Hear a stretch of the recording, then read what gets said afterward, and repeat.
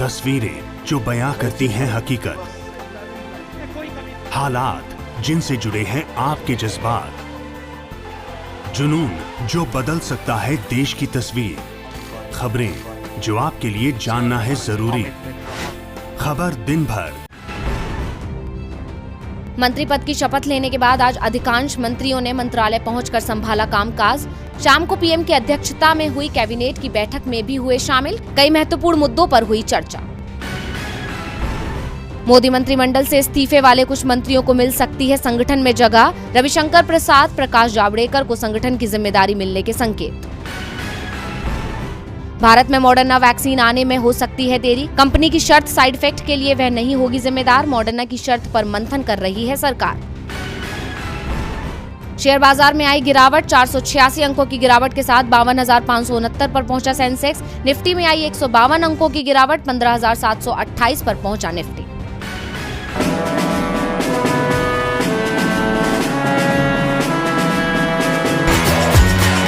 Modi cabinet के विस्तार के बाद अब भाजपा का फोकस कुछ महीनों बाद होने वाले विधानसभा चुनावों पर होगा। इस फेरबदल में उत्तर प्रदेश को बड़ा स्थान दिया गया है। यूपी में 7 मंत्रियों को शपथ दिलाई गई है। इसमें अपना दल की चीफ अनुप्रिया पटेल भी शामिल हैं। यूपी में बीजेपी की सहयोगी पार्टी निषाद पार्टी ने अपने लिए मोदी मंत्रिमंडल में जगह मांगी है। निषाद पार्टी के अध्यक्ष संजय निषाद ने अपनी मांग को दोहराते हुए कहा कि जब अनुप्रिया पटेल को मंत्री बनाया जा सकता है तो निषाद पार्टी के नेता को भी मंत्री बनाया जाना चाहिए। संजय निषाद ने गोरखपुर उपचुनाव की याद दिलाते हुए कहा कि 2018 के चुनाव में गोरखपुर में योगी आदित्यनाथ के सीएम बनने के बाद उनके इस्तीफे से खाली हुई इस सीट पर प्रवीण निषाद बतौर सपा उम्मीदवार जीते थे। 2019 में हमारे साथ आने पर भाजपा को 40 सीटों पर फायदा हुआ और ये सीटें पंचायत चुनावों में हासिल की थी। संजय निषाद ने कहा, निषाद समाज और कार्यकर्ता बहुत गुस्से में हैं। कम सीटों पर पकड़ रखने वाली अनुप्रिया पटेल को जगह मिली और निषाद समाज का प्रतिनिधित्व नहीं रहा।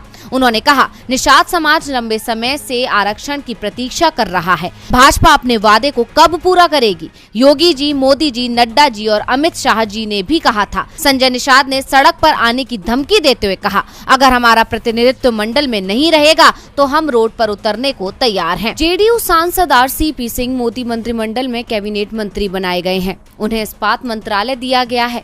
मंत्री बनने के बाद से ही आरसीपी सिंह को बधाइयां मिल रही हैं, लेकिन जेडीयू के शीर्ष नेताओं ने अभी तक आरसीपी सिंह को बधाई नहीं दी है।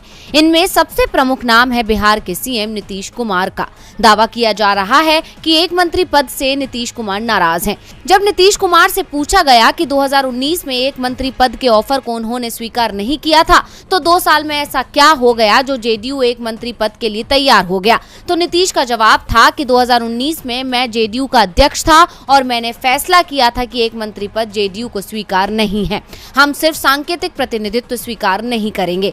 आज अध्यक्ष मैं नहीं आरसीपी सिंह है और वो ही फैसला ले सकते हैं। नीतीश ने साफ कर दिया कि मोदी कैबिनेट में मिली एक सीट का ऑफर उनके सामने आता तो उनका फैसला पहले वाला ही होता और वो इसे स्वीकार नहीं करते। और जब आरसीपी सिंह ने बीजेपी के ऑफर को स्वीकार किया तो नीतीश कुमार आरसीपी सिंह से नाराज बताए जा रहे हैं। आरसीपी सिंह को मंत्री बनने के बाद अभी तक नीतीश कुमार ने उन्हें बधाई नहीं दी है।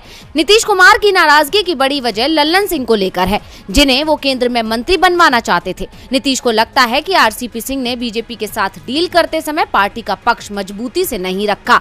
जेडीयू की ओर से 4 मंत्री पद मांगे गए थे और 2 से कम पर जेडीयू किसी भी सूरत में तैयार नहीं थी, लेकिन आरसीपी सिंह एक सीट के लिए ही तैयार हो गए। सवाल बिहार में सरकार चलाने का है, इसीलिए नीतीश अपनी नाराजगी को सार्वजनिक रूप से प्रदर्शित नहीं कर रहे हैं, लेकिन संकेत में उन्होंने बता दिया है कि आरसीपी सिंह का फैसला पूरी तरह से गलत था।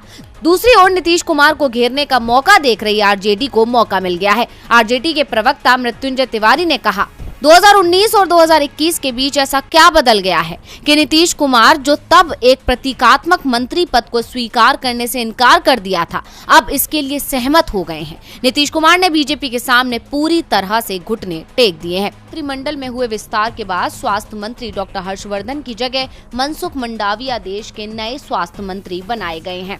कोरोना संक्रमण के दौर में हर्षवर्धन सिंह कांग्रेस के निशाने पर बने हुए थे। मोदी मंत्रिमंडल विस्तार से पहले कांग्रेस की ओर से हर्षवर्धन को मंत्री पद से हटाने की मांग भी की गई थी। अब हर्षवर्धन को मंत्री पद से हटा दिया है, जिसे लेकर राहुल गांधी ने मोदी सरकार पर कटाक्ष किया है। राहुल ने ट्वीट करते हुए लिखा है, क्या इसका मतलब वैक्सीन की और कमी नहीं है? राहुल ने इसमें #चेंज का भी प्रयोग किया है। राहुल गांधी केंद्र की कोरोना नीति को लेकर लगातार सवाल उठाते रहे हैं। देश में कोरोना के टीकों की कमी का मामला है या फिर दवाओं का, उनके निशाने पर पीएम मोदी ही रहे हैं। ऐसे में कल मोदी कैबिनेट में हुए बड़े बदलाव के बाद एक बार मोदी सरकार फिर राहुल गांधी के निशाने पर आ गई है। कुछ दिन पहले ही राहुल गांधी ने वैक्सीन को लेकर कहा था, जुलाई आ गया है, वैक्सीन नहीं आई। माइक्रो ब्लॉगिंग साइट ट्विटर अपनी मनमानी पर उतारू है और वो लगातार देश के कानून को मानने से इनकार कर रहा है। सरकार की तरफ से भी ट्विटर को बार बार हिदायत दी जा रही है। पहले पूर्व IT मंत्री रविशंकर प्रसाद ने भी ट्विटर को समझाने की कोशिश की, लेकिन ट्विटर ने नहीं सुनी। और अब भारत के नए रेल और IT मंत्री बने अश्विनी वैष्णव ने भी अपने संदेश के जरिए ट्विटर को सख्त संदेश दिया है। उन्होंने कहा है कि जो भी भारत का नागरिक है और जो भी भारत में रहता है, उसे यहाँ के कानून मानने पड़ेंगे। इससे पहले रविशंकर प्रसाद की ओर से भी कई बार इस संबंध में सख्ती के साथ बयान दिए गए थे और अदालत ने भी ट्विटर को फटकार लगाई है। बता दें कि ट्विटर को दिल्ली हाई कोर्ट ने डेडलाइन दी थी, जो आज खत्म हो रही है। माइक्रो ब्लॉगिंग साइट ट्विटर को कई बार मोहलत मिलने के बावजूद ट्विटर ने अभी तक भारत के IT नियमों के अनुरूप शिकायत अधिकारी नियुक्त नहीं किया है और गुरुवार को ट्विटर ने दिल्ली हाई कोर्ट को बताया है कि नियुक्ति करने में अभी उसे 8 हफ्ते यानी करीब 2 महीने का समय लगने वाला है। ट्विटर ने कोर्ट से ये भी कहा है कि वह भारत में संपर्क के लिए एक दफ्तर खोलने की तैयारी में है, जो भविष्य में ट्विटर से संपर्क करने के लिए स्थायी पता रहेगा। ट्विटर ने ये भी बताया कि IT नियमों के अनुपालन से संबंधित अपनी पहली रिपोर्ट वह 11 जुलाई तक पेश करेगा। ट्विटर ने कहा है कि 2021 से लागू नए IT नियमों का पालन करने की कोशिश कर रहा है। हालांकि उसे इन नियमों की वैधता को चुनौती देने का अधिकार है।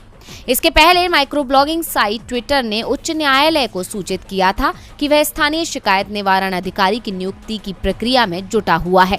न्यायमूर्ति रेखापल्ली ने इस बात पर नाराजगी भी व्यक्त की थी कि अदालत को यह सूचित नहीं किया गया था कि स्थानीय शिकायत निवारण अधिकारी की इससे पहले नियुक्ति केवल अंतरिम आधार पर थी और वह इस्तीफा दे चुके हैं।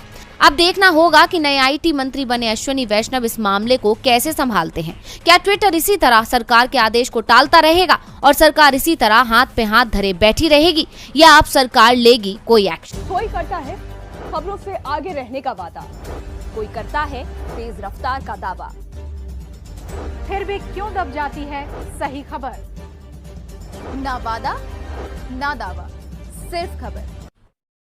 Subscribe now and press the bell icon. Never miss an update. केंद्र सरकार के कृषि कानूनों के विरोध में किसान 7 महीनों से आंदोलन कर रहे हैं और अब किसानों ने बढ़ती महंगाई के खिलाफ अपनी आवाज बुलंद कर दी है। किसानों ने थाली के जवाब में हॉर्न बजाकर प्रदर्शन किया और हर बार की तरह ये आंदोलन भी बहुत ही शांतिपूर्ण ढंग से किया गया। गाजीपुर बॉर्डर पर किसान नेता राकेश टिकैत ने सिलेंडर लेकर सरकार के खिलाफ प्रदर्शन किया। उनका कहना है कि विपक्ष कमजोर है और वो मोदी सरकार से लड़ नहीं पा रहा है, इसलिए महंगाई के खिलाफ किसान प्रदर्शन कर रहे हैं। देश में पेट्रोल डीजल के दाम रिकॉर्ड ऊंचाई पर हैं। बढ़ती महंगाई और कृषि कानूनों के खिलाफ आज संयुक्त किसान मोर्चा के आह्वान पर सोनीपत उपायुक्त कार्यालय पर प्रदर्शन किया गया। इसका नेतृत्व संयुक्त किसान मोर्चा सोनीपत के नेता श्रद्धानंद सोलंकी ने किया। इस दौरान प्रदर्शन कर रहे लोगों ने डीसी को राष्ट्रपति के नाम ज्ञापन सौंपा। उन्होंने 3 कृषि कानूनों को रद्द करने और बढ़ती महंगाई पर रोक लगाने की मांग की। उन्होंने कहा कि सरकार ने आम जनता का निवाला छीनने की तैयारी शुरू कर दी है। डीजल, पेट्रोल और रसोई गैस के लगातार बढ़ते दामों ने जनता का जीना दूभर कर दिया है, जिसके चलते तमाम जरूरी वस्तुओं के दाम आसमान छू रहे हैं। संयुक्त किसान मोर्चा के आह्वान पर हिसार में भी किसानों ने प्रदर्शन किया। किसानों ने हिसार के लघु सचिवालय परिसर के बाहर 10 मिनट तक बाइक और गाड़ियों के हॉर्न बजाकर विरोध जाहिर किया। किसानों ने कहा कि तेल और गैस की कीमतों में सरकार ने बेइंतहा इजाफा कर दिया है। एसकेएम केंद्र के 3 कृषि कानूनों के खिलाफ दिल्ली की सीमाओं पर चलाए जा रहे आंदोलन की अगुवाई कर रहा है। दिल्ली के बॉर्डरों पर प्रदर्शनकारियों ने अपने ट्रैक्टर और अन्य वाहन सड़क के किनारे खड़े कर दिए और पेट्रोल, डीजल और रसोई गैस की बढ़ती कीमतों को लेकर केंद्र सरकार के खिलाफ नारेबाजी की। उनमें से कुछ विरोध स्वरूप प्रदर्शन स्थलों पर एलपीजी के खाली सिलेंडर भी लेकर आए थे। आंदोलनकारी किसानों ने कुछ मिनटों के लिए अपनी गाड़ियों के हॉर्न बजाए और कहा कि ये सरकार को नींद से जगाने के लिए किया गया है। अब किसानों के इस प्रदर्शन से क्या वाकई टूटेगी सरकार की नींद? तो इसमें हर तरफ से अंतर्कलह की खबरें सामने आ रही हैं, जिसने कांग्रेस के लिए बड़ी मुश्किलें पैदा कर दी हैं। कांग्रेस के ही लोग बगावत कर रहे हैं। राजस्थान में छिड़ा घमासान अभी पूरी तरह खत्म नहीं हो पाया है, लेकिन ऐसी उम्मीद लगाई जा रही है कि अब वहां सब ठीक हो जाएगा। वहीं दूसरी तरफ पंजाब में लगातार कोशिश जारी है। दिल्ली में कांग्रेस हाईकमान लगातार पंजाब के मुख्यमंत्री अमरिंदर सिंह और नवजोत सिंह से मुलाकात कर रहा है, लेकिन हालात सुधरते नहीं दिख रहे हैं। बता दें कि कैप्टन ने मंगलवार को पार्टी अध्यक्ष सोनिया गांधी से मुलाकात की और अपनी बात सामने रखी, और इस बैठक के एक दिन बाद ही उन्होंने राजनीतिक रणनीतिकार प्रशांत किशोर से भी मुलाकात की, और उनकी इस बैठक के बाद राजनीतिक गलियारों में अटकलों का दौर शुरू हो चुका है। बता दें कि प्रशांत किशोर को अमरिंदर सिंह की तरफ से प्रमुख सलाहकार बनाया गया था, लेकिन पश्चिम बंगाल के नतीजे आने के बाद उन्होंने राजनीतिक रणनीतिकार के अपने इस ओहदे से हटने की इच्छा जाहिर कर दी थी। इसके बावजूद कैप्टन अमरिंदर सिंह ने उनसे मुलाकात की। दरअसल यह मुलाकात ऐसे समय में हुई है जब नवजोत सिंह सिद्धू ने अमरिंदर के खिलाफ मोर्चा खोला है और कुछ अन्य पार्टी नेताओं ने भी बगावत के संकेत दिए हैं। अमरिंदर ने प्रशांत किशोर से ये मीटिंग इसलिए की क्योंकि अगर वे सीएम के साथ दिखते हैं तो इससे संकेत जाएगा कि मुख्यमंत्री की पकड़ मजबूत है और सिद्धू की तरफ से चुनौती कोई मायने नहीं रखती। तो कैप्टन अमरिंदर सिंह का ये दांव किस तरह लाता है रंग? क्या प्रशांत देंगे अमरिंदर सिंह का साथ? मोदी सरकार से देश की अर्थव्यवस्था संभाले नहीं संभल रही है। जहां पहले नोटबंदी और जीएसटी की वजह से स्थिति बिगड़ रही थी, तो वही अब महामारी ने भी उसे हरे निशान से लाल निशान पर ला दिया, और अब तो हालात और खराब होने वाले हैं, क्योंकि जो रेटिंग एजेंसियां कुछ दिन पहले तक बढ़ोतरी का अनुमान जता रही थी, वो अब जीडीपी को घटा रही हैं। फिच रेटिंग्स ने चालू वित्त वर्ष के लिए भारत की वृद्धि में अनुमान को घटाकर 10% कर दिया, जो पिछले अनुमान के मुताबिक 12.8% था। रेटिंग एजेंसी ने ऐसा दूसरी लहर के बाद सुधार की रफ्तार धीमी पड़ने के चलते किया। रिपोर्ट में कहा गया है कि फिच रेटिंग्स ने वित्त वर्ष 2021-22 के लिए भारत की वास्तविक जीडीपी के अनुमान को 2.8% घटाकर 10% कर दिया है। हमारा मानना है कि नए प्रतिबंधों ने सुधार के प्रयासों को धीमा कर दिया है और वित्त वर्ष 2021-22 में बैंकों को व्यापार और राजस्व सृजन के लिहाज से खराब स्थिति के साथ छोड़ दिया है।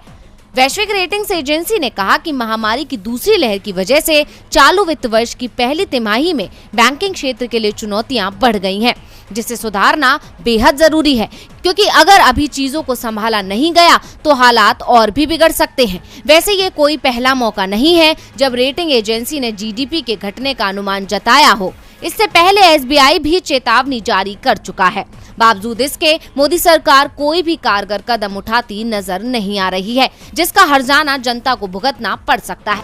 तस्वीरें जो बयां करती हैं हकीकत, हालात जिनसे जुड़े हैं आपके जज्बात, जुनून जो बदल सकता है देश की तस्वीर, खबरें जो आपके लिए जानना है जरूरी, खबर दिन भर